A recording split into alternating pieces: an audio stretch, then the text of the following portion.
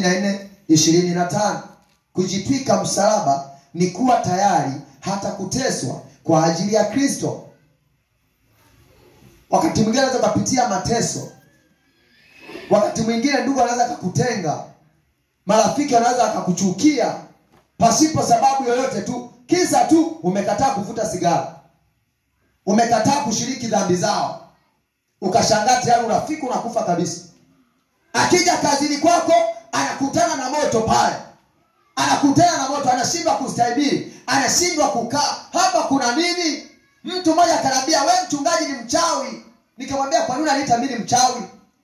Haiwezekani tunakuja usiku tunaikosa nyumba yako, halafu mchana nyumba yako tunaiona. Wewe ni mwanga, unajiita mchungaji lakini wewe ni mwanga." Nikamwambia, "Mimi sio mchawi, mimi ni zaidi ya wachawi. Mimi sio mwanga, ni zaidi ya wanga. Ukipita kuzimu mimi napita angani. Ukipita angani mimi napita ardhini. Hatuwezi kukutana hata siku moja." Amen. Eti wakija usiku wanaitafuta nyumba halafu hawaioni. Wanakuta kuna bahari, watu wanaogelea pwa pwa pwa.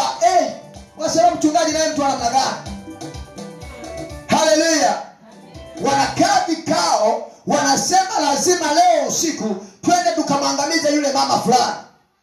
Lakini Mungu anachokifanya, anaachilia jeshi la malaika kwa ajili ya kukulinda. Kwa hiyo wanapokuja hawakuji tena ile nyumba yako, wanakuta kitu kingine cha tofauti kabisa. Lakini wewe upo na mke wako, uko na mume wako ndani ya nyumba hiyo, mmelala mnakoroma, mnasinzia, mnaota ndoto za mbinguni. Wachawi wanatafuta nyumba hawaioni, wanatafuta, wanakimbia kuna kule. Ikifika saa 12 gogoligo tayari wanaanza kuiona ile nyumba. Sasa majira haya mbona nyumba inaonekana? Saa 9 saa ngapi mbona nyumba ilikuwa haionekani? Bwana Yesu asifiwe. Mtu yeyote aliye na Yesu hawezi kuangiwa na mchawi.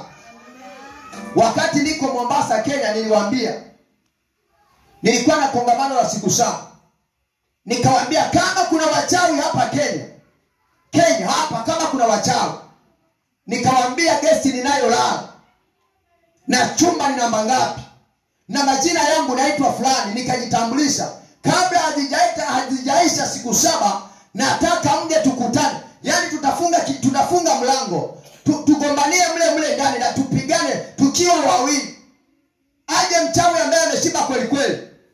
Maana nikishafunga mlango hata chomoka mle ndani. Nikawaambia hakuna mchawi yeyote awezaye mimi kuniwangia. Hayupo.